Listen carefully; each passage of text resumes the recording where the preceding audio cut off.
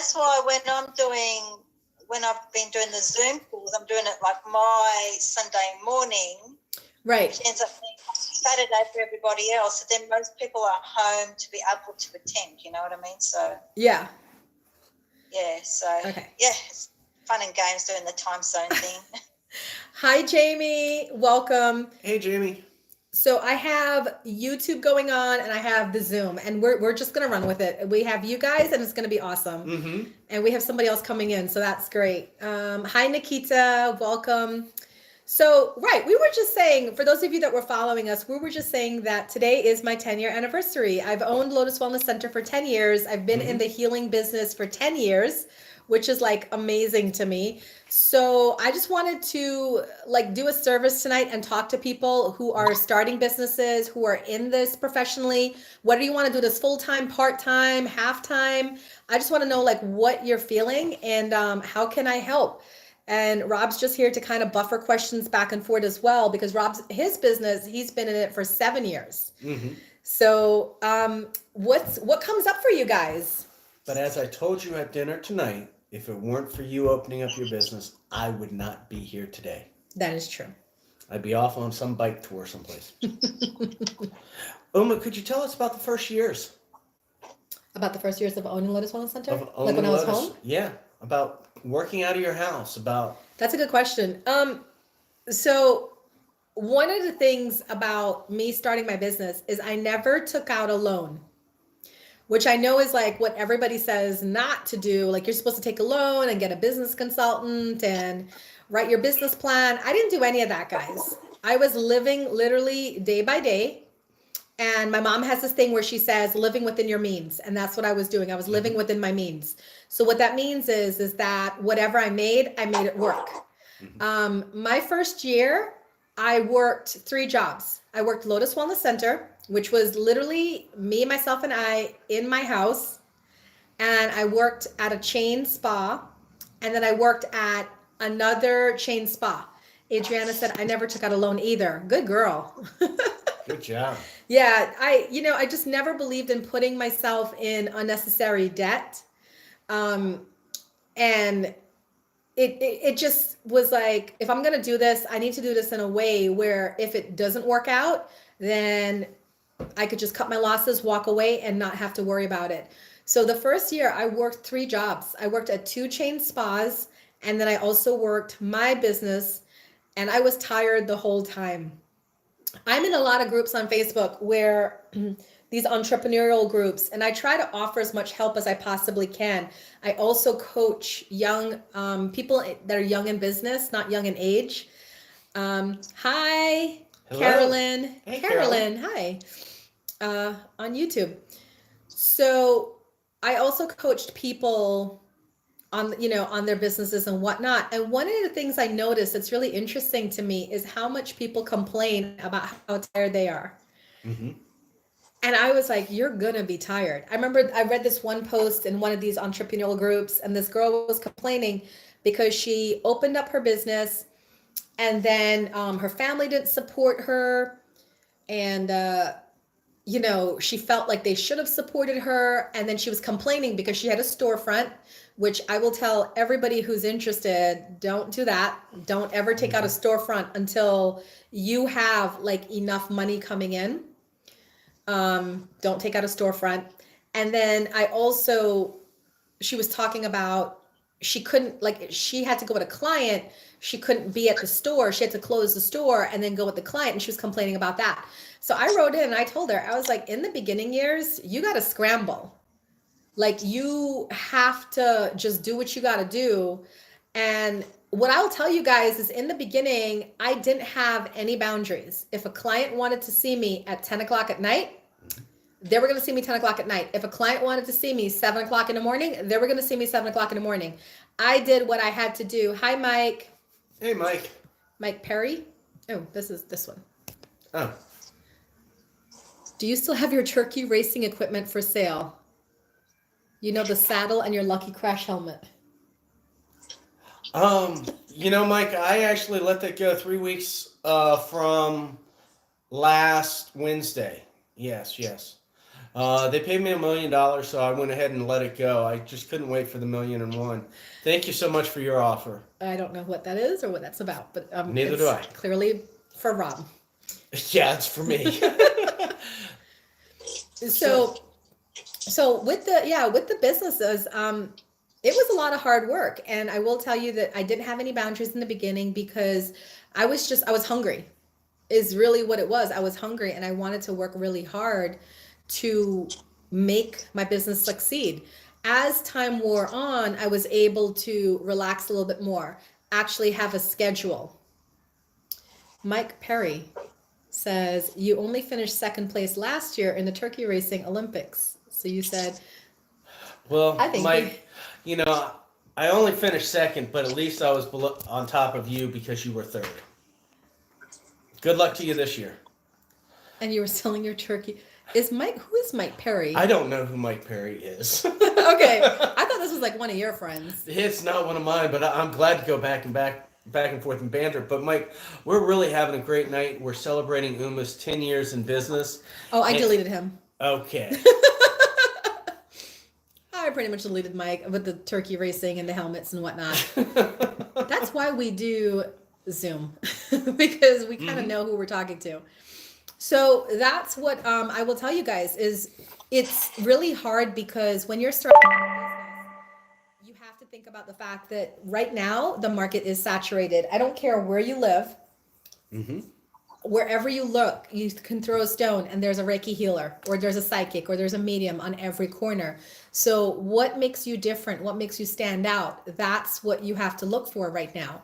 I was very lucky in that when I started back in 2009, I was the only person in Manassas. I was aware that there were other people that lived in Manassas, but they were not operating in Manassas. They had like their businesses elsewhere. So my business was the only one in Manassas where I live. So I was like very fortunate to have started in 2009. But then as it wore on, it was like very interesting for me because a lot of my students became teachers or whatnot in the area. And then a lot of them brought businesses, not them, my students, but just people in general started bringing business to the Manassas area. So it kind of started getting really populated. I saw a chat. Mm-hmm. Adriana says, I had to set boundaries because I'm also caring for my daughter who was diagnosed with breast cancer 18 months ago and my son with autism. Yeah. Sorry to hear that. Sorry to hear that, Adriana. Jamie said, yes, market is saturated. Whereas 15, 20 years ago, this was woo-woo. I put a lot of work in. Yeah. Mm-hmm. Yeah. To me, it was definitely easier to start, 10 years ago when I started than it is now. And that's what I try to tell my people that I'm mentoring is that you have to stand out there's tons of people in the area. It's not about lack of work. There's tons of people in the area, but what makes you special? What makes somebody want to come to you for a Reiki session as opposed to coming to Uma? You know what I'm saying? That's the kind of things you have to focus on. Any more questions? I've got one. Yeah. Uma, what was it that really transpired to get you to move out of your house and over to the Chamber of Commerce building? You're asking all the hard questions today. Mm-hmm. I was at my house. I was comfortably at my house for 5 years. Was it 5 years? Yeah. Yes, it was. Yeah, 5 years. And I had no intentions of moving out of my house, to be honest. I had no intentions of leaving my house because it was no overhead.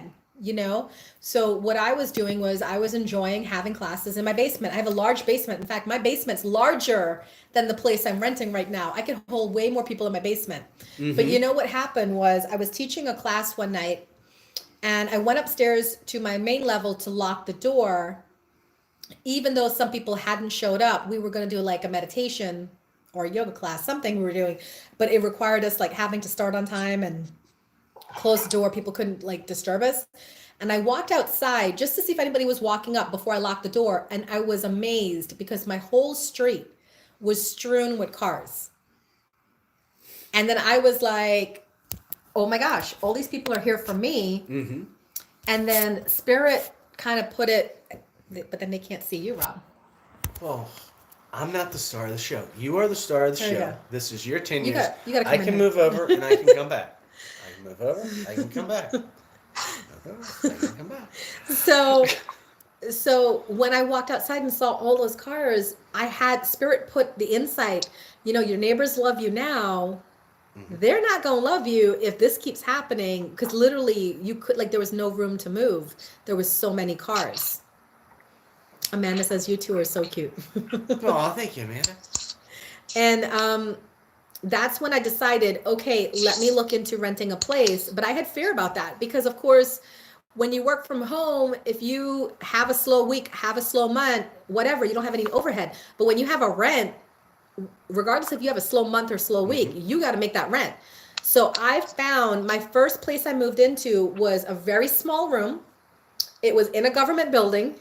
It literally, like, there was no feeling of woo-woo or metaphysical. It felt very much like you were going to an office to get your taxes done. Okay. But I stayed there for a year. I struggled through for a year. Rob was there with me. Yeah. He rented space from me. I hated it. Girl. Yeah, Lizette, you can write out or you can ask, you can talk to me. Okay, I'll ask you in a second, Lizette. So you can unmute yourself in a second. So basically, that's what happened. I stayed there for a year, and then I kept looking for another spot, and that's how we got the spot where we're at now. Uma, I got a question for you. Mm-hmm. With that last building that we were in, can you share with everybody what would happen during the summertime after work hours at 5 o'clock when everybody would go home? And the majority of our stuff would happen after they went home when we had group events. I don't remember. You don't remember? Well, folks, because it was a commercial building and it was meant to be 9 to 5, and yeah, I was the one that worked after 5, so they would turn the air conditioner off.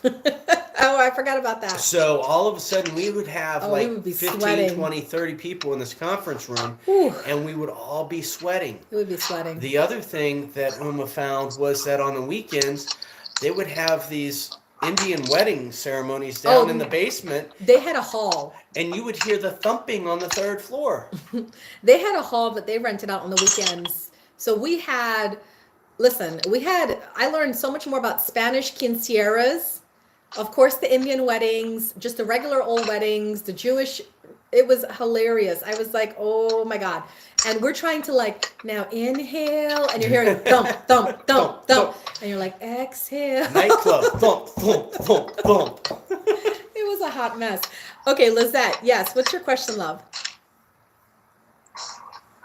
Okay, can you hear me? Yes. Yes. Okay, I wanted to make sure I'm mute. So my question is, I do want to use some of my abilities in a part-time, and I know I had discussed with you about an opportunity next year after mentorship that we had, and that's kind of sort of like where I'm going towards. But my question is, like, when you have so many different passions, how do you figure out where to start? And like you do so many different things. Did you start with one and Yes. then move on to the next? And how did you know which one to start with? It's the one that you just love doing. I started with massage. I came into this as a healer. And that's what I was telling Rob. Like, even though we're in a very strict and very strong mediumship training, we didn't come into any of this as a medium. We came into it as healers. Rob came in as a Reiki healer. I came in as a massage therapist. And then what happens is, anybody who's a healer, if you're doing Reiki right now, or you're doing any sort of energy work, what happens is you're going to start to grow intuitively. It happens to every healer. And it is said, depending on who you talk to in psychic mediumship circles, But the ones we listen to. it is said, yeah, Jamie, massage too, exactly. So it is said in the psychic mediumship circles by some of the great mentors that the best psychics and mediums are healers, because they didn't come into this, doing mental mediumship. They came into this doing physical mediumship. So what happens is you're going to start with the one that you love, and then you're going to expand, you're going to grow, you're going to evolve, and then you're going to move on from that. And what I tell people when they ask me, like, what do I focus on? I ask them to think about the thing that you can do right now for free. What is it that you can do for free all day, every day? Because I'll be honest with you and tell you, I can teach for free. Rob can't teach for free. Rob can lay hands, do energy healing and one-on-one consultations for free. I can't do that for free. And it's not us being snobby or malicious. It's just us recognizing our truth. He calls himself the master healer. I call myself the master teacher. Okay. So think about all the things that you do and what is that you love so much that you can do for free. That's the one you start with. Because guess what? When you get paid, it's just icing on the cake. It really is. Is there anybody on YouTube that have any questions? Oh, wow. There's lots of things coming in. Oh, wow. Carolyn says, you guys are so silly. Too funny. When was your spiritual awakening? How did it happen? And how did things transpire to lead you to being a healer and start Lotus Wellness Center? Hi, Kaz. So one thing that I love to tell you guys is Rob and I, hi, Benita. Thank you, Lizette. Hey, Benita. That was a great question, Lizette. One thing I'm going to tell you guys is I didn't come into this to help people, and neither did Rob. We had no interest in being healers or owning a wellness center, nothing like that. We came into it because we both were broken people. I'm just going to call it like what it was. Rob was going through a hell of a time, going through all the stuff he was going through. I was going through a hell of a time going through all the stuff I was going through, and I was just sick and tired of being sick and tired. And you'll share your story in a second about, you know, where you were. But for me, I was just not a happy person. So I took Reiki to become better. Now, massage therapy, I was led to because I've always been clairaudient and claircognizant and clairvoyant. And one day I heard a message that, you know, the time for playing was over. It's time to work. And I had no idea what any of that meant. And I said, well, show me everything. And I got the idea to clean out my office. And when I did, I found a scholarship. I had in 2000, I do a lot of volunteer work. I volunteer in different countries. And I spent a year after I got my master's in healthcare management from my college. I spent a year volunteering in Philadelphia. I worked with HIV people and I worked with testing for HIV. I worked with the LGBTQ community, and I also worked with providing sex education to street workers, we will call them. And they're a lively bunch, I'll tell you that. And we didn't get paid for the year that we were there in Philadelphia. It was a very high-risk job. It was very dangerous. I mean, I would be like doing a cleanup in a park where there were needles. It was insane. But we did get $10,000, like close to $10,000 for a scholarship fund. And the year that I turned 30 is when I heard the voice. And the voice said, the time for playing is over. It's time to work. And I said, sure, show me everything. I know nothing. And I had this feeling to clean out my office. And when I did, I actually found that scholarship. And guess what? It was expiring in 2008. It was expiring in 2008. And I was like, oh, I have like $10,000 sitting here. I got to do something with this. I got to go back to school. I got to use it. And I was like, speaking to spirit, what do I go back to school for? I didn't call anybody. I didn't call a coach. I didn't, tell myself what I wanted to do. I put the question out to the universe. What do you want me to do? And in the same day, I got 3 messages about massage school. I got a flyer in my mailbox. I saw an ad on TV for the same school. And I was talking to a friend who said, you should really get your massage therapy certification, because I actually did a course in my home country, Guyana, 2 years prior. And, if you certify in another country, you're not certified in America. So even though I was a massage therapist back then, I couldn't practice massage in America. So she's like, you should really go back to school for massage. The same day I got the other 2 hints. So I Google search massage schools in my area. I found one that was about 30 minutes from here in Falls Church. I called them up. They said, why don't you come in Wednesday and just take a tour? So I went in on Wednesday, took a tour, and they said, oh, by the way, we have a class starting on Friday. And I had to laugh, and I'll tell you why in a second, why I had to laugh. And I said, okay, how much is this? And their cost came out to pretty much exactly what was their scholarship. It covered the whole thing. I didn't have to struggle about it. The class started on Friday, January 19th, 2008. I remember because it was my 30th birthday. It was the day of my 30th birthday it started. And you know what's interesting? This year, January 19th, 2019, I turned 41. Thanks for repeating that date. I need to note it. Yeah, you better note it. I started ministry training on January 19th, 2019. So I thought that was significant for me, that it's like an end of an era, because I don't massage anymore. I have the massage school, like most of you know. I don't massage anymore. But the fact that I'm starting like ministry training to become a minister, a spiritual minister, that's wild in of itself. And I was just like, that's so interesting. Mm-hmm. So Adriana said, is that better?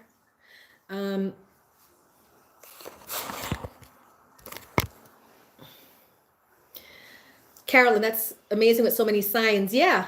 And Adriana said, I accidentally discovered I could heal. And when I mentioned how I did it to other Reiki practitioners, they told me I was doing Reiki and that I was born attuned. I don't believe in that, Adriana. I actually believe everybody can heal. I do believe that everybody is a healer. I wouldn't say that what you were doing was Reiki. I would say you were doing natural healing. Reiki is a modality in of itself, and you have to be attuned to Reiki, which you did. You got your certification.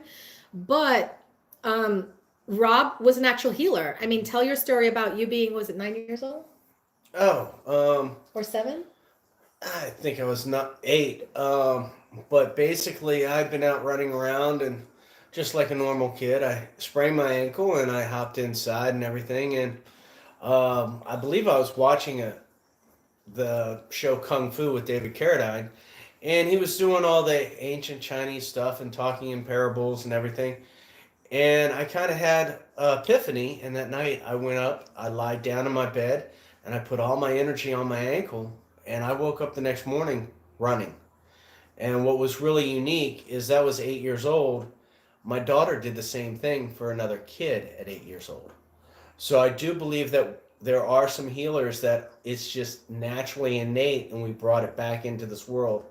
And not to go into myself or anything, but there was a point within my Reiki training where my spiritual guide said, hey, we are taking your chi, we're taking your ki, your prana, your energy, because you're going to learn this modality. And that was very humbling to me. And it took me 10 months to come back. So good luck with that. Yeah. The funny thing is a lot of Reiki healers don't know that Dr. Usui is not the creator of Reiki. If you do your research, you will find out that Reiki was actually practiced in Japan.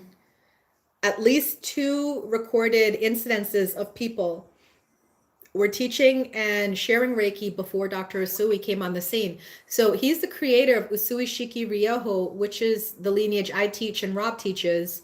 But he is not the creator and founder of Reiki. Mm-hmm. So just a little bit tidbit for you guys to know. Any more questions? Because my cousin Bibi Wahida said, that's so cool, Rob. Thanks. I've got a question for you, Emma. We're talking about your business and Lotus Wellness Center and about the things that you've discovered. What did you discover about zoning and municipalities leaving Prince William County and coming over to Manassas City? He's putting me on blast right now, guys. Oh my God. He's really getting y'all the good stuff. I've been around a while. Yeah. So, well, you gotta okay, first of all, I always tell healers, do everything legally. Because a lot of healers want to slide under the radar and not do like an LLC, not create their bank account, not do an EIN. They just want to kind of slide under that stuff. I know, Cuz says Florida's horrible. Yeah. Oh, yeah. It is. So what you have to do is you start out, like when I started my business, I did all the necessary paperwork I needed to do because in my head, I was like, I'm going to be a rock star. Like, this is going to be so huge. I'm going to have franchises and all this other stuff. So I need to plan from now and not have to go back and backtrack. So when I first started working, I was working out of my house, which is in Prince William County. So for those of you that live in the United States, you know that we have the counties and the towns and the municipals and whatever else. Mm-hmm. Well, Prince William County is very strict because as a massage therapist, I had to go every year, get fingerprinted, go through a criminal background check, get inspected, pay a fee like every single year. It was a nightmare, especially being that Prince William County does not have a separate decision for massage therapy. It was actually the woman who was taking care of me was actually in the sewage department. And I said, what the hell do you know about massage? And she said, there's nobody to do it. And she's like, really and truly, you're like the only one. So I guess all these people were like flying under the radar, right? I was like, okay. When we were looking for a new place after, it was terrible. When we were looking for a new place, it was in City of Manassas. And before I signed on the contract, I went to City of Manassas, the department, and I just asked them, I said, this is the business that I'm doing. These are the things that we offer. What do I need to do before I sign on this lease? They were like, nothing. I was like, what do you mean nothing? They're like, well, you could fill out this paperwork, you can get a business license, but if you're making less than 150,000, you don't have to pay any business taxes. That was not a problem back then. Okay. Now it's becoming a problem, Yay, UMA. Yay, UMA. But back then it was not a problem. It was like, okay, so we maintain a business license because that's what you're supposed to do, but there was no other work. So one thing I'm going to tell you is when you're looking to work, you want to check into, your country, your town, your state, like they all have different things. When I was with Prince William County, they allowed me to have a small sign in front of my house that said my business name. They even told me the details of the sign, like what size the sign had to be. I kid you not.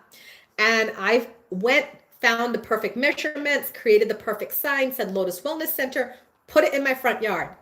You know what these bitches did? And I'm going to say that because, I've been having a little bit of champagne all day today.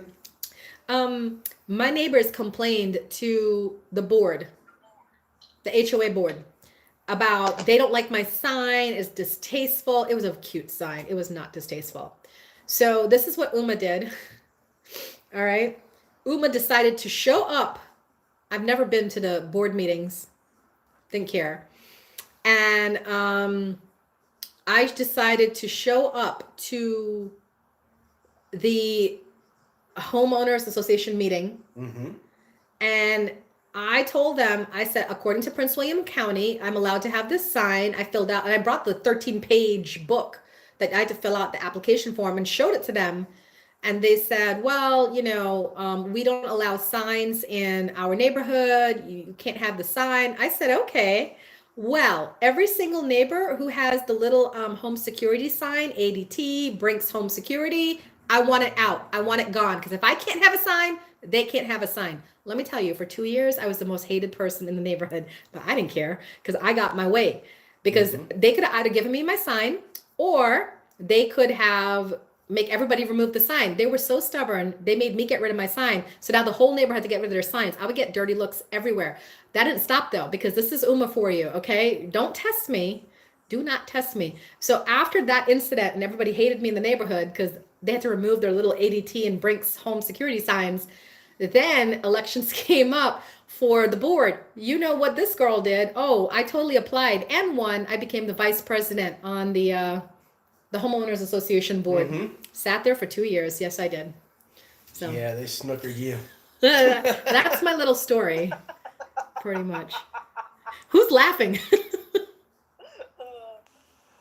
Oh. So knowing your municipality and knowing what's actually out there is a big help.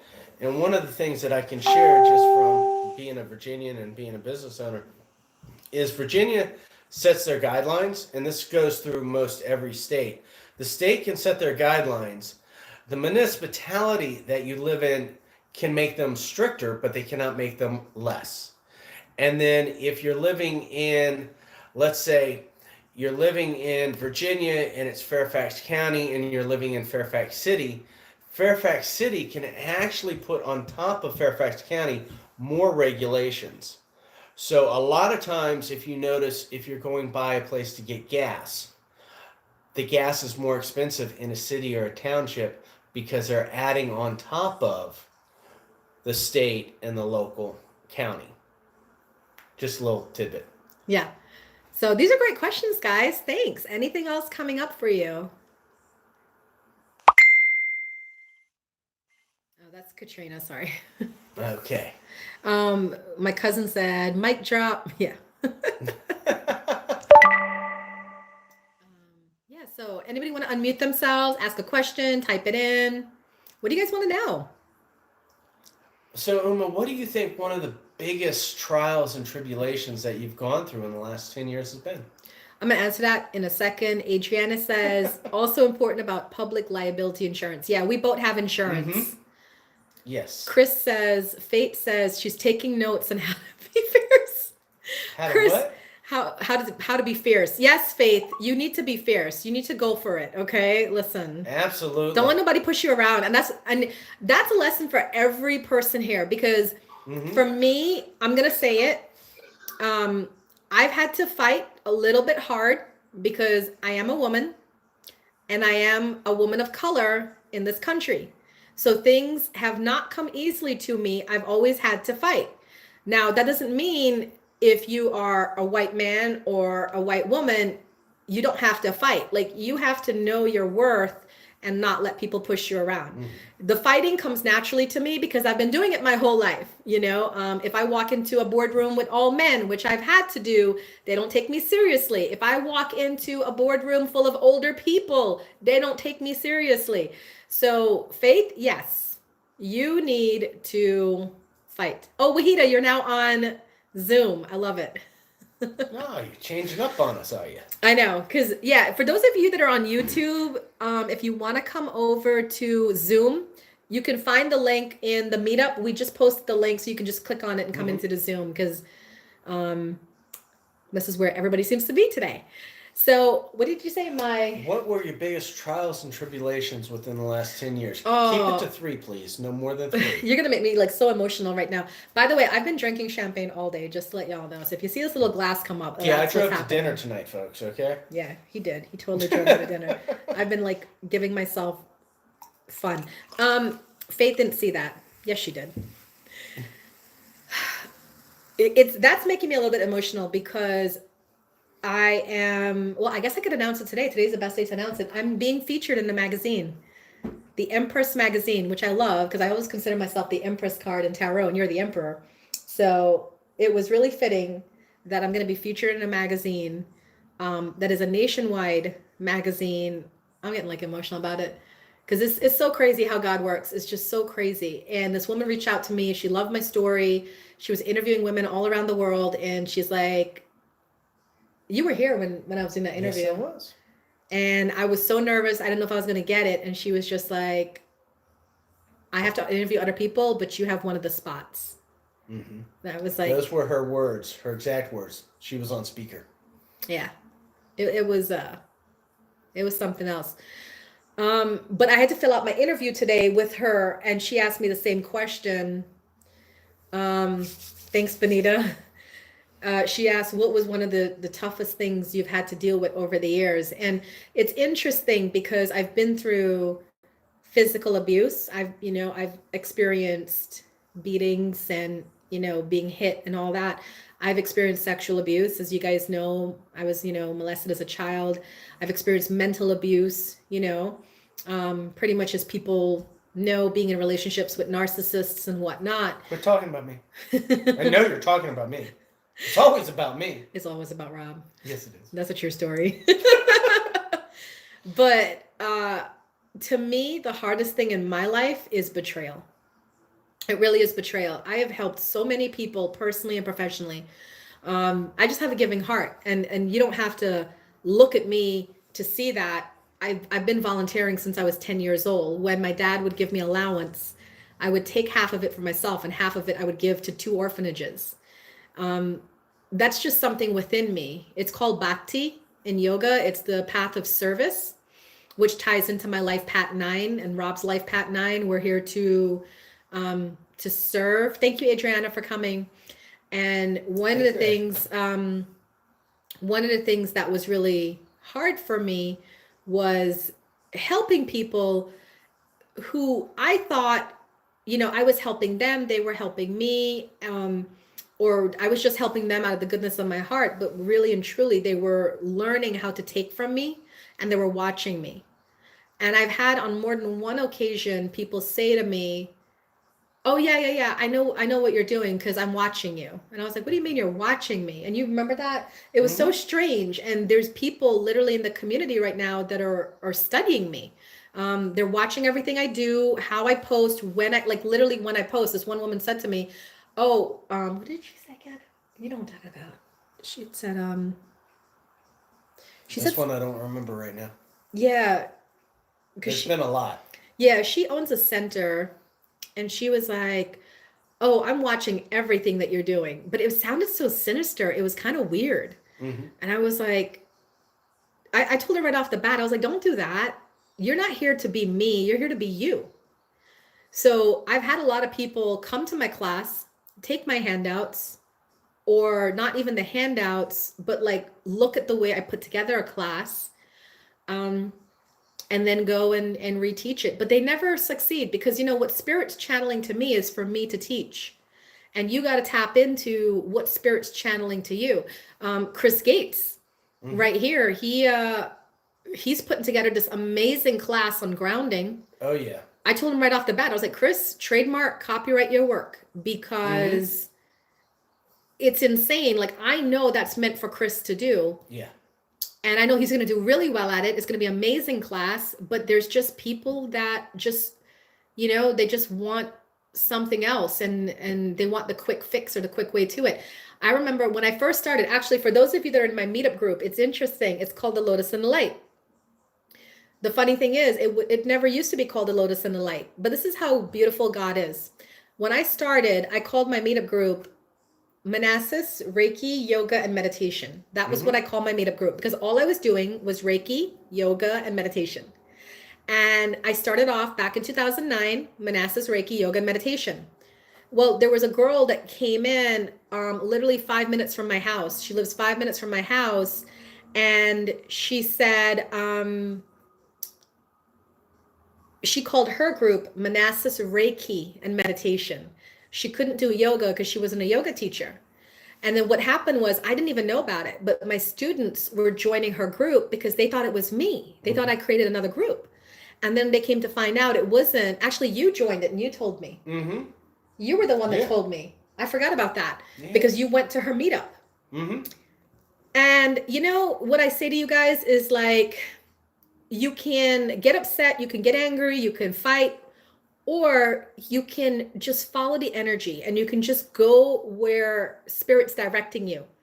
Because guess what happened after that? I changed the name. I didn't fight her. I didn't call her up and say, "Hey, why'd you copy my name?" I meditated on it. And in meditation, the name came the Lotus and the Light. Because I'm all about, you know, the lotus. You guys know I'm all about the lotus. And the light is my name, Uma. What is Uma? I'm like, Uma means serene. In Germany? No, not Uma. Uma means the serene and illuminated. So that's why I went with the Lotus and the Light. It's the Lotus and the Uma. And I'll tell you, that name has stuck and that really stands out. And it's so easy for people to find on Meetup. You just go look the Lotus and the Light and there it is. So it was meant to happen. Jamie says, same story, abusive relationships, people feeding off of me, big heart too. I've learned the same thing, protect your stuff. Bottom line, LLC, Inc., copyright and trademark. I've done the same. Yeah, I'm an LLC. Every piece of my work, I copyright my work. And I'm about to trademark some bigger pieces. But you just got to do what you got to do. And you can't get upset at people. You just have to kind of keep going.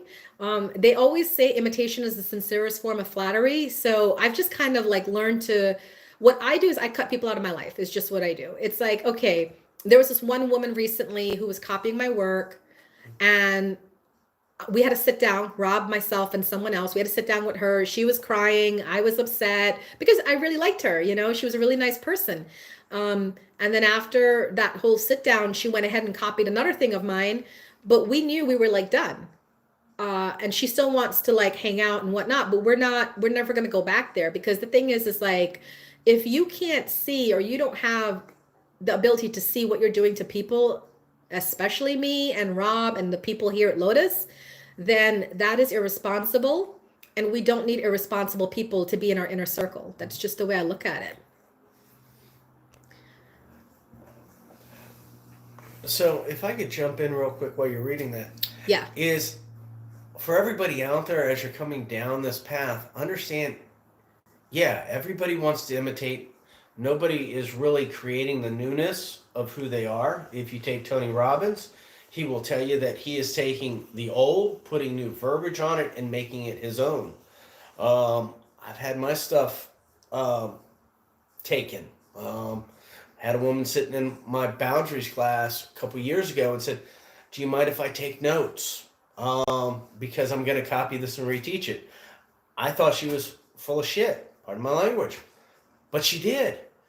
And it was just, if you go on YouTube, I've got a thing up on the law of attraction, and I had a client come in and use my hand signals from it. But back to Uma, I just wanted to fill the air. Actually, you have a question. Wahida said, "Hey Rob, how did you decide to combine leadership with the energy world?" Leadership with the energy world. Oh, wow. Haven't really heard it called that before. Life coaching with an energetic twist, but leadership, yes. The way that it came about was I came into Reiki. I was working on a lot of people. And just like everybody else, people were having these epiphanies on my table. They were having these aha moments. And in the beginning, I was just like everybody else. Great. I love it. Good luck navigating the new river in life that you found yourself in. And after a couple of people left, I realized I had a toolbox because I had gone to school for psychology. And after working in a group home with the mentally ill and mentally retarded, I realized, hey, without a doctorate, I'm really not making any money. So I went into sales. When I went into sales, I was outside sales, and I drove around listening day in and day out to motivational speaking. And then with the Greater Western Chamber of Commerce, I had a dear friend of mine that was a life coach with Coaches University.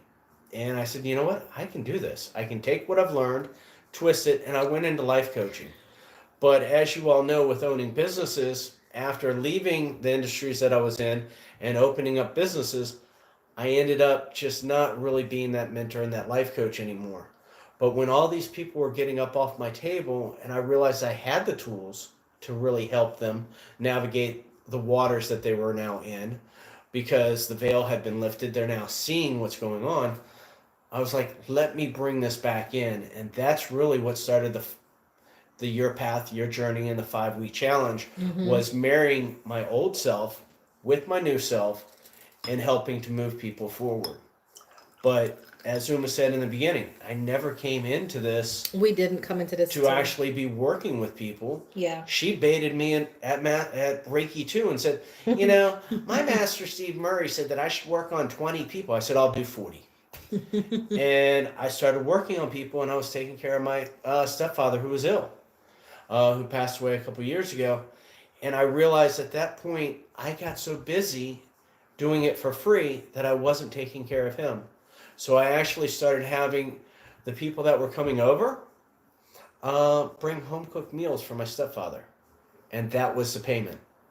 And that's how everything really started for me. And I want you to pay attention to that, because Rob and I didn't do it for money. And that's a really big thing for you guys. And that's what we have going on at Lotus Wellness Center. Today, actually, I'm unveiling in the UMA student group and the UMA mentorship group my apprenticeship program. I do have an apprenticeship program. I just don't talk about it because it's so damn hard to do.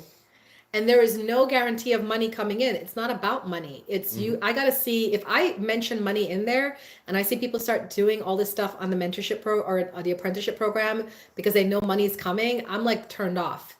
Rob didn't do it for money in the beginning. He would hand out business cards, buy 1 Reiki session, receive 2 free. He wanted the experience. When I started working, I had already practiced. I got a lot of heck for that, by the way. Oh, I did. And I practiced a lot before I actually started working. And then when I did work, I was charging $60 an hour. You know, people look at me now like, because I charge $125 an hour. And I'm like, I've been here for 10 years. You know, Wahida said to you, Rob, who are some of your favorites? Because you mentioned like Think and Grow Rich. Who are some of your favorites? I love them too. Right. That is what I was hearing earlier. Do what you would do for free. That makes so much more sense. So after that, then Jamie has a question. Yeah, yeah, Jamie, for sure. Okay, so who are my favorites? By far, Zig Ziglar stands at the top. He's my man. I watched him live. Yes, Um, Amanda. from Zig Ziglar, I've got to go to Napoleon Hill. And then on top of that, I've got to say Brian Tracy. These are my people that I go to. And I actually had the very unique experience when I was traveling for my 9 to 5 job. I met up with a gentleman down in Richmond and I worked with him for a little while. His name was Bob Vino. Bob Vino got his start with Clement Stone. And for those of you that don't know the saga of Napoleon Hill, The Law of Success was co-written with Clement Stone. And when I sat down with Bob, we went round and round for 3 hours, just talking about the founders of motivational speaking and sales and everything. That's when he offered me a job. And that's really where I came back to life coaching, was when I sat down with somebody who started with the founding fathers, and I realized I could do 3 hours word for word with them. So That's great. Um, Amanda, yes, yes to you. And Jamie, what's your question, love? Or comment? You have a comment. That's our team. Like now, I guess Facebook's working now because everybody's like chatting. Uma, can you hear me? Yes, Jamie. yes. Hi, I don't know if it's I have on my phone and the video, so I just want to say thank you to both of you. You've touched on a lot of practical points. I'm also Desired by Design, so you can see that on Instagram too. Okay. But you guys have touched on, so just to bring that together. But you guys, as being in the industry for a really long time, you gave a lot of practical points, and also Rob with your leadership too, and just everything's resonating with me, and it's reminding me, during this Mercury retrograde, to really get some practical things in place before I kind of like what you said, Rob, merging the old with the new, and that's kind of where I'm at. So I just want to say thank you for doing the Zoom video. Oh, Well, you're thank welcome, Jamie. Thank you for your comments and for your feedback. It's so hard doing like these videos because we don't know if people are resonating. Well, my cousin, she's always like mentioning stuff, so that's always helpful. But thank you. My cousin says, Uma, how did you come Thank to you, pick? guys. Yeah, Oh, you're thank you. welcome. Uma says, Uma, how did you come to pick your mentors and teachers? I did not pick them. They picked me. That is a true to God statement. And for those of you, yes, Chris is like, I'm resonating with it. Okay. So I didn't pick them. They picked me. It's how many of you were just drawn to me? How many of you were just drawn to Rob? Right? That's how it works. And I was drawn to certain people. I'll be honest, I'm not drawn to learn from James Van Praagh. And James Van Praagh is like the celebrity medium. I should want to learn from him. I don't want to learn from him. I should be drawn to Tony Stockwell. Great medium. I'm just not drawn to work with him. I'm drawn to work with Janet Novak, John Holland, Mavis Patilla, Paul Jacobs. Like that's where my training goes to. Same thing with my Reiki master teacher, Steve Murray. I was drawn to Steve. So I don't necessarily pick. I'll be honest. I've met people who are doing the celebrity circuit show. So what they're doing is they go to all the teachers that are popular or famous or on TV or whatnot.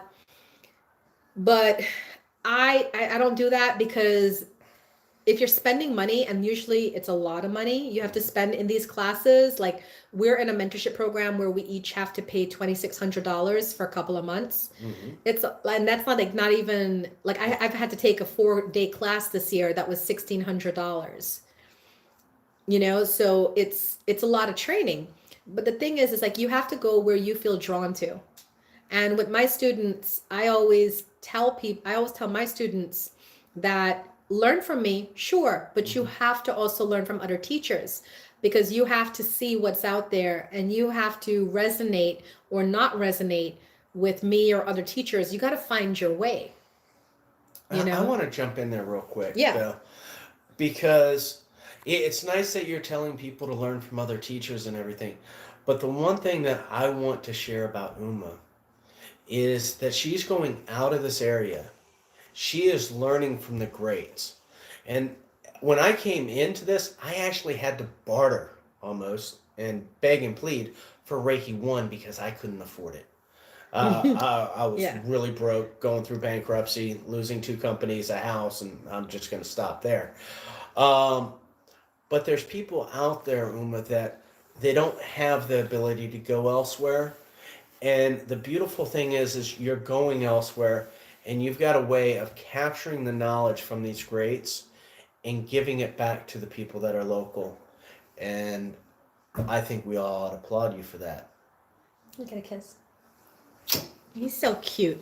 He's so adorable. Thank you. That was You're welcome. really heartfelt. I could feel that. It was really nice. Thank you. And that was actually the reason why I did it. I know that my students couldn't go just hop across the pond to Arthur Findlay College and take off a week from life and go and take a class there. So I became really studious to learn what these teachers were doing to create the same experience so that when I came back, I can do it. And I made a decision actually just yesterday. We have a private trance healing group, and in the trance healing group, what we do is we sit with spirit for 30 minutes, 40 minutes, and we receive healing, spiritual healing from spirit, not from each other, from spirit. And one of the messages I got was take this year off from mediumship training, and then next year create a year-long program, because this year Rob and I are in serious mediumship training for the whole year. Oh, yeah. We are not in Reiki training. We are not in IET training or access training. We are only this year in mediumship training. It is quite difficult. Mm-hmm. So for all of you I'm still fighting it. Yeah. And for all of you that are naturally psychic, naturally gifted, if you want to work with people, please, out of ethics, get training. It's not good enough anymore to just be natural and then, I've been pulling cards for myself for 10 years, so I can pull cards for other people. There's so much more to all of this. And I'm seeing committing suicide over messages they're getting from so-called professional readers. I'm seeing people get really hurt because I get those people after a reader hurt their feelings, hurt them because they didn't have a good delivery. They didn't know how to deliver a message. They read the cards wrong. We're doing more harm than good if we're working on people and we're not trained. Wahida says, that's a really great way to think about it. Trust our intuition. Thank you. You're welcome. Benita says it's about resonance with the work and the knowledge and wisdom, and that's how students get attracted to your boat. Absolutely. For the first, was it 5 years? I didn't advertise. Mm-hmm. For the first 5 years, I didn't advertise at all. I just was. We were networking. We were. Like, I would just work on the clients that I had, and then they would refer people to me because I was so good to them that they wanted people to experience that. And 90% of my business to this day is still built on networking, on referrals. I have like one ad out in Pathways, and every now and then I'll throw an ad here and there, try it out. But for 5 years, I didn't do any advertising. So yeah, I think the majority has to be word of mouth. It's networking. It's people that have come to you that have had their life change. Those are the people that we want talking. Those are the people that are bringing people back to Lotus. Yeah, and to me, it's more organic because I've worked with a ton of business coaches. And for those of you that do the business coaching, they are going to tell you to go like this, to me, this plastic way. And I've never liked plastic. I like organic. I like having a one-on-one with my clients, my students. I know for those of you that are watching, like Wahida, Benita, Stephanie, Amanda, Carolyn. I know your personal stories, and I can still read back to you your personal stories because I remember you. And I like that. You know, I like that kind of thing. Um, I was one time gonna try to do those click funnels things, like click here, click there, and then have you end up at my class. And I was like, I don't want to meet people that way. And I kind of vet people before I do the mentorship with them. I actually talked to a girl a couple days ago that wanted to be mentored by me, but I was listening to her and I said, I don't think I can work with you right now. I think you need to fix your health because she had serious medical issues. And one thing you need to know is if you're a psychic or a medium, you have to have perfect health or good health, and you have to have a good mind, stable emotions to do the kind of work that we do, because whatever you have, it's only going to exasperate. It really is. So we take that seriously, Rob and I, because we did know a former client of ours. He was a young guy, a nice guy, a brilliant guy. He was seeing Loved him. us. He stopped seeing us. He went with another teacher. He took ayahuasca. Next thing you know, we have his mom calling, telling us he committed suicide. We had no idea. We were so shocked. So please, please, please, I know people out there want to make money. They want to help people, but you're doing yourself a disservice. If you don't get the full crux of this or where this could go, you can't show up to a session assuming everybody's okay. A lot of my clients are on some heavy psychotropic meds. A lot of my clients have committed or tried suicide. And I can't show up there just saying, all right, let's go fix your chakras. But people do. But people do.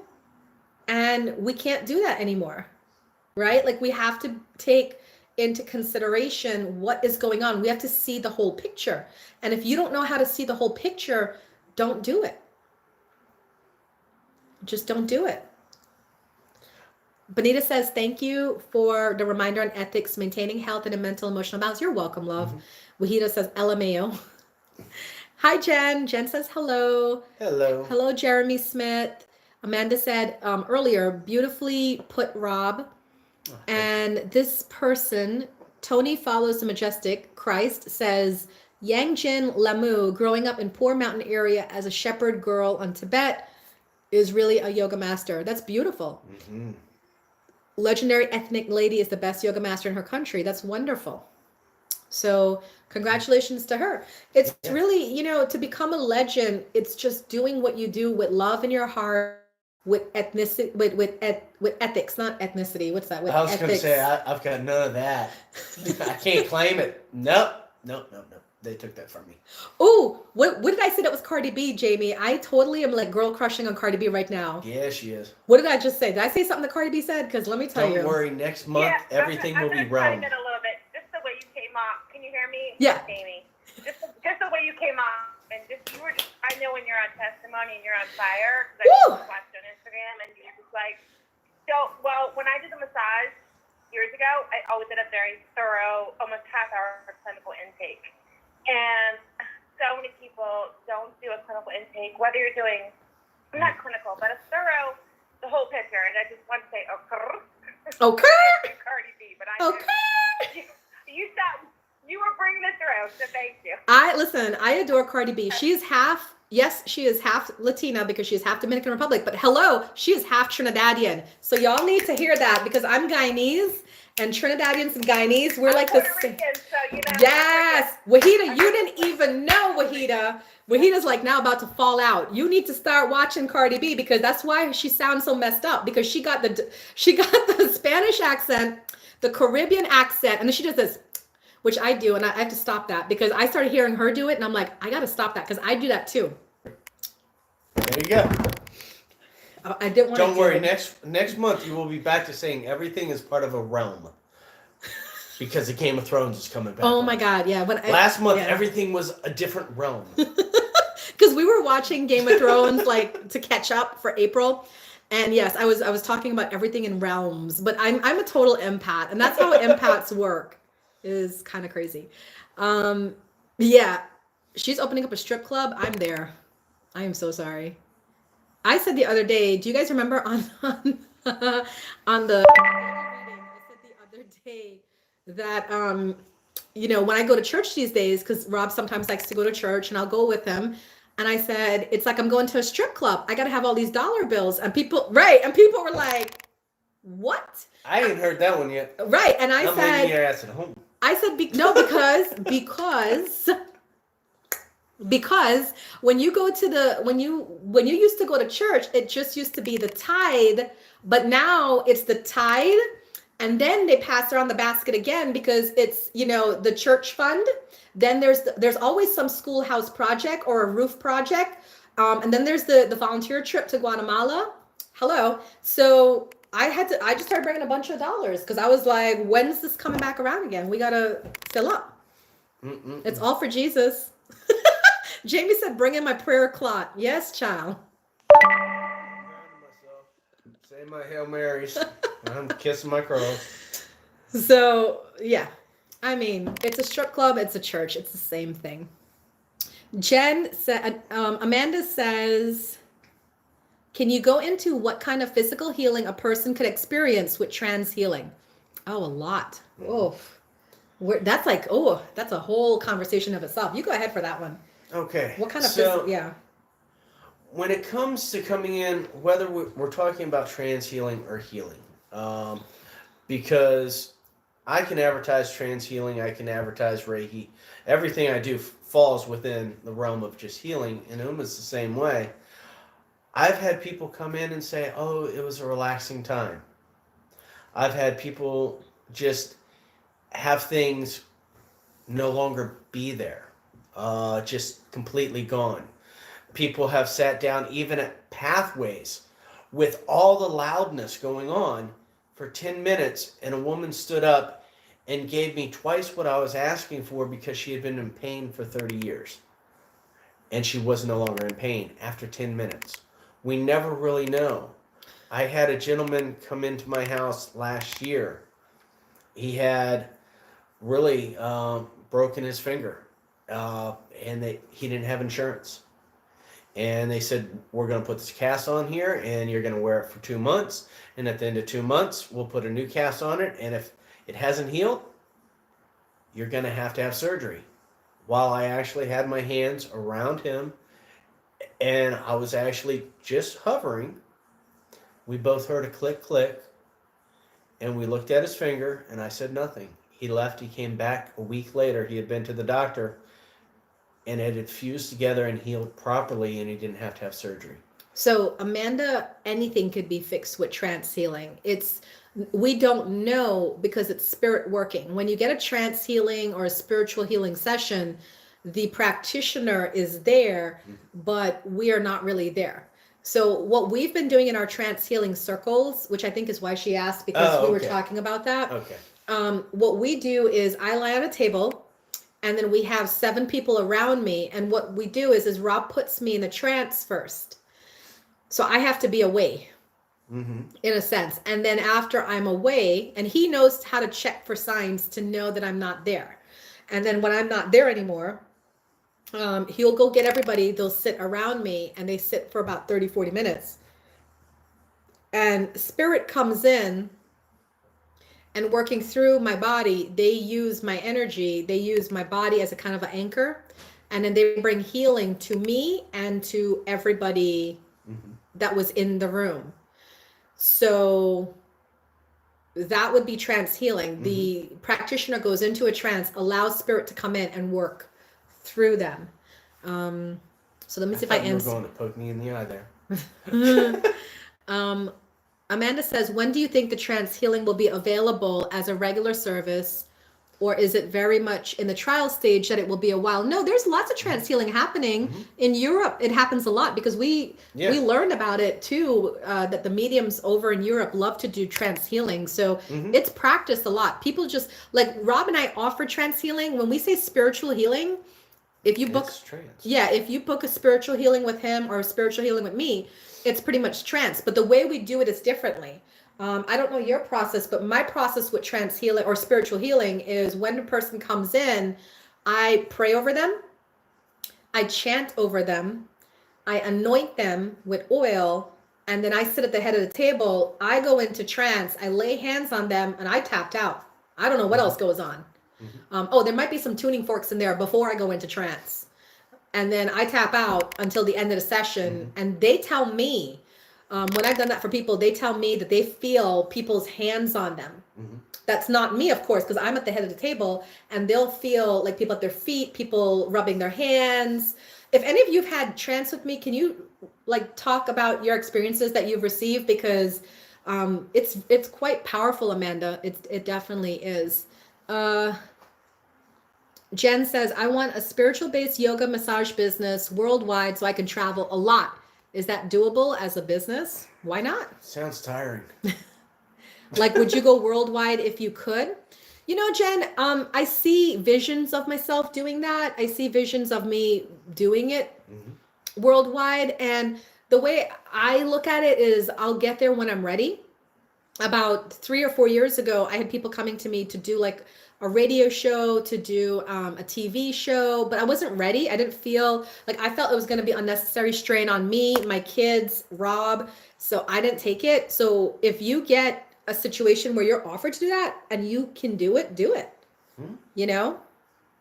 Jen says, that sounds amazing. I need to come see you. Yeah. Rob, I'm going to be honest and say, I really feel Rob is the best at trance healing. I'm really good at trance, going into trance, but when it comes to healing, nobody can touch this man. Like, we call him Jesus in our area. He's like the born again Jesus because he looks like him, but he also, when he lays hands, he really, Thank you.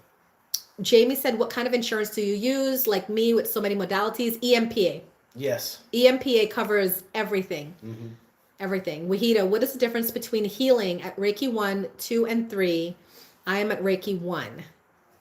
Okay, the first thing that I want to go back to is the EMPA.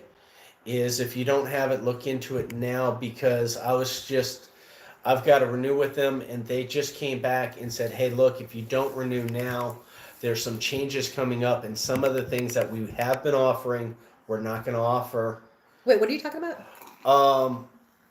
Basically, there's a change going on with them. No, Wahida asked, what's the difference between Reiki 1, 2, and 3? No, I was going back to the EMPA. Okay. To the insurance. The difference between Reiki 1, 2, and 3 is understand that Reiki 1 is all about the physical body. Okay, so it's all about coming into your physical. It's all about getting rid of the issues in the tissues, as we say in IET. When I left Reiki 1, I loved McDonald's. I was broke, so that's where I ate. I didn't want to touch it again. So this is all about going into the physical, into your temple, clearing it out, everything that's in there. Reiki 2 is really the start of the mystical level. So with Reiki 2, you're coming into your inner self. And one of the things that I've seen a lot from working with Uma is with Reiki 2, this is where, let's say that you saw apparitions when you were a child. Let's say this is where you were getting messages as a child. This is where all of a sudden this comes back. And now wherever you left off as a child and you learn that limiting belief on how to actually stop it, good luck. And this is where you really need a good Reiki master that's taught a lot of people. We all have different gifts. Uma has different gifts than I have different gifts than she has. We have some that cross over. And our students are the same way. But we've had enough students that we've seen and said, okay, here's how they work through this. So we can help you with that. And then the other thing is, this is where the hands turn on. You're walking past somebody and all of a sudden your hands get really, really hot. And this is Spirit saying, hey, this person needs some help. Whether you listen to Spirit or not, that's your call. I've had fun with that. So that is really what happens. So you go from the physical body to more of the mental and emotional, and then you go into Reiki 3, which a lot of people think that this is the end. No, my friend, this is the true beginning, because you've worked on your physical, you've worked on your spiritual and your mental, and now you're in the mastery level where you're really learning how to create and to move into these energies. And let's face it, there are so many different things that you can do within Reiki. I say it all the time when it comes to all the different modalities. The terminology may change, but the modality stays the same. Reiki has everything that you need in it as long as you continue to learn. And you will, as long as you continue to work with the energies. I hope that helps.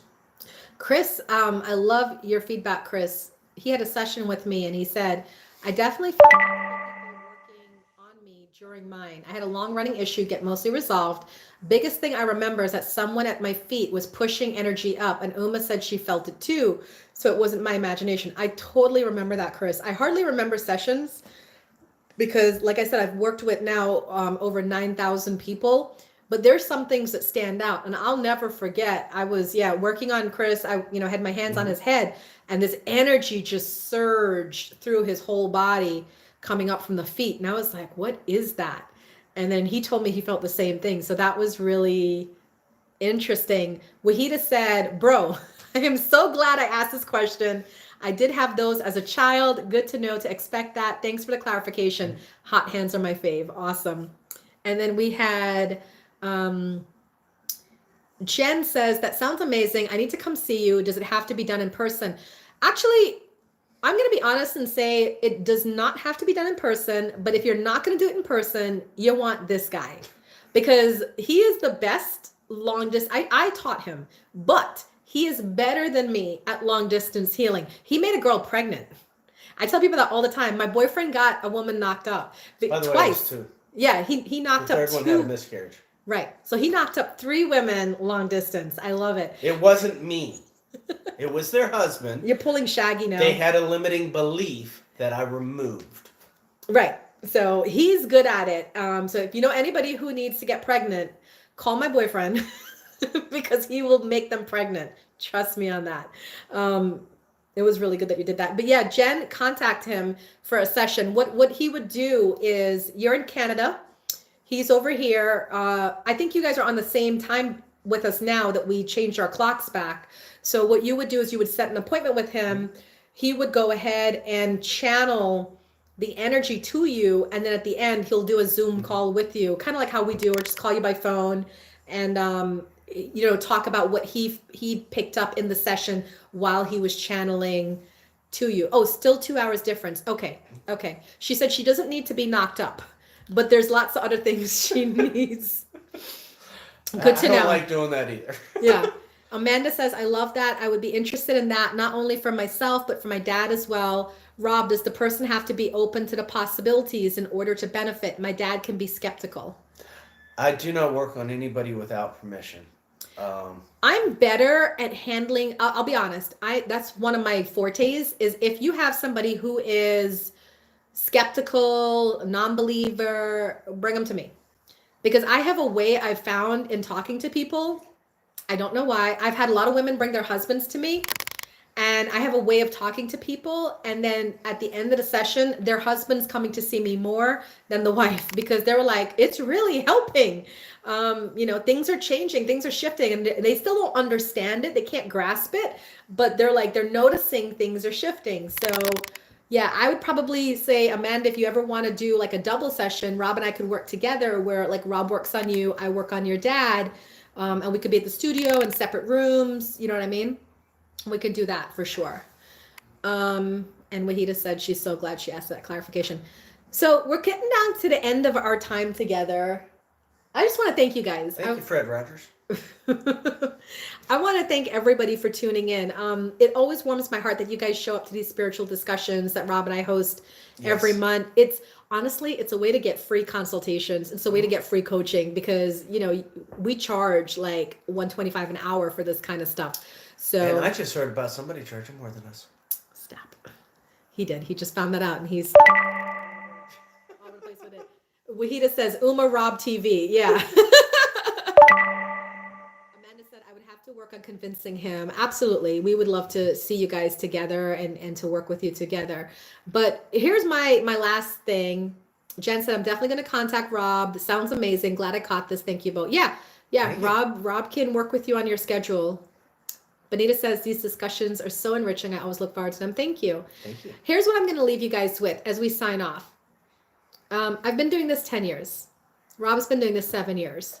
Here's what I'm going to tell you. I'm going to tell you what I actually had to write today for my interview with the person from the magazine. And I'm just going to tell it to you here. There's 3 things I want you to know. 1, your path, your journey, your spiritual business, it's yours and yours alone. Do not expect your family, your friends to support you or to be as excited about it as you are. They're not going to be.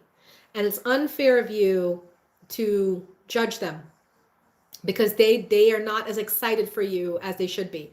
I remember when I first started massage, I had my own family member say, well, what kind of massage is she doing? Is it with happy endings? Like, they really just did not believe in me at all. But I didn't hold that to them because they've seen people come and go, start these big entrepreneurial businesses and fail. We've had a lot of that in my family. Wahida, yes, you remember, right? We've had people talk craziness. And the thing is like, if I listened to any of those people, I would not be here today.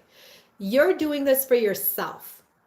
You're not doing it for your partner. You're not doing it for your children. You're not doing it for the clients that you feel need your help, because guarantee they don't. Everybody's A-okay. What you can do is provide a service that they may need, but you're not here to be anybody's savior.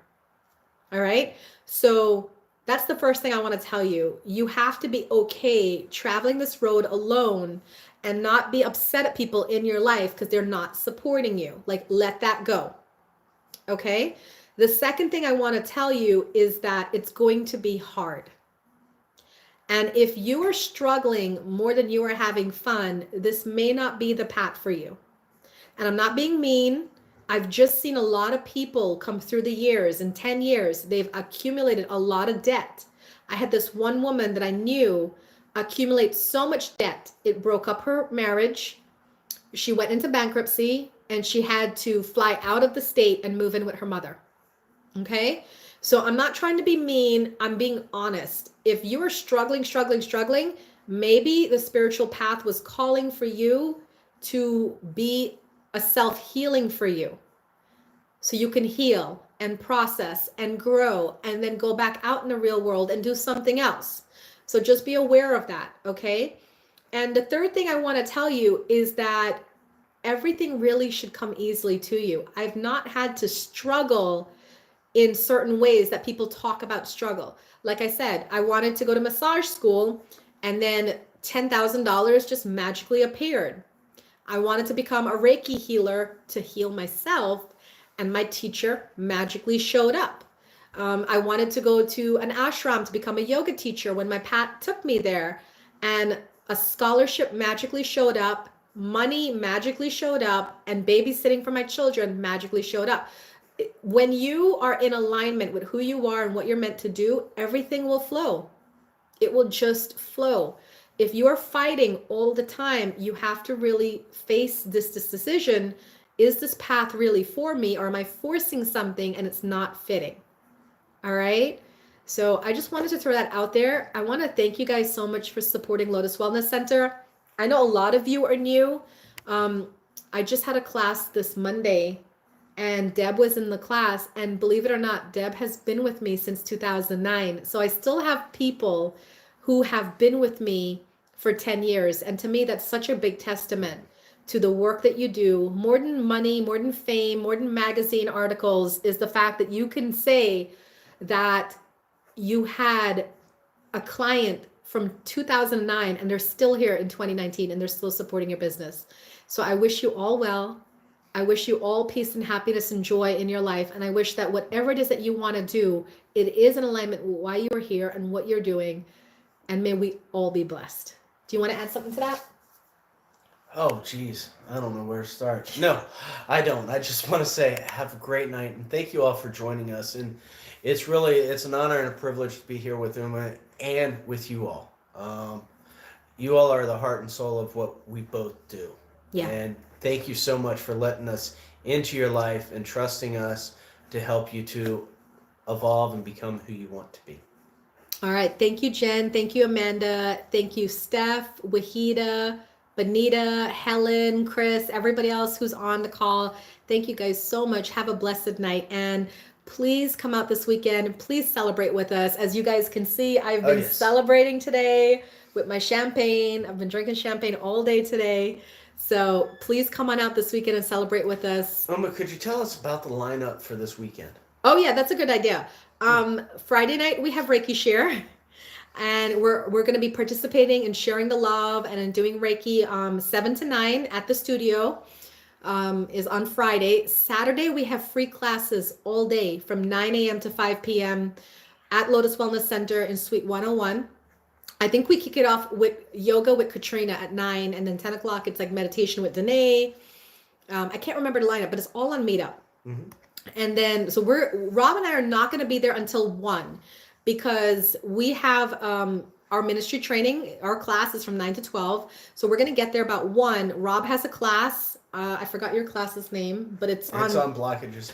It's on like clearing blockages. Mm-hmm. And then I don't have a class, but at 4 o'clock, we are doing a panel discussion where all the healers are going to sit down and talk with the community as a group, kind of like what we just did tonight about where we see the future of spirituality and healing going, and, you know, our advice and our tips and whatnot. So that will be from like 4 to 5.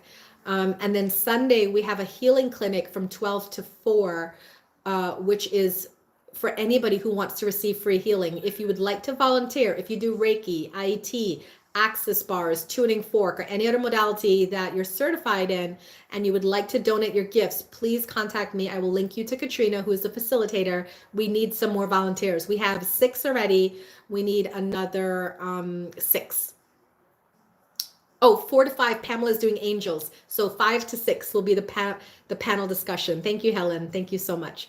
But please come out and celebrate with us. This is really close to my heart. This is my baby. This is my business. And it will be very nice for me to see friendly faces there and just give a hug and, you know, say thank you. Say thank you personally, because I really am overjoyed.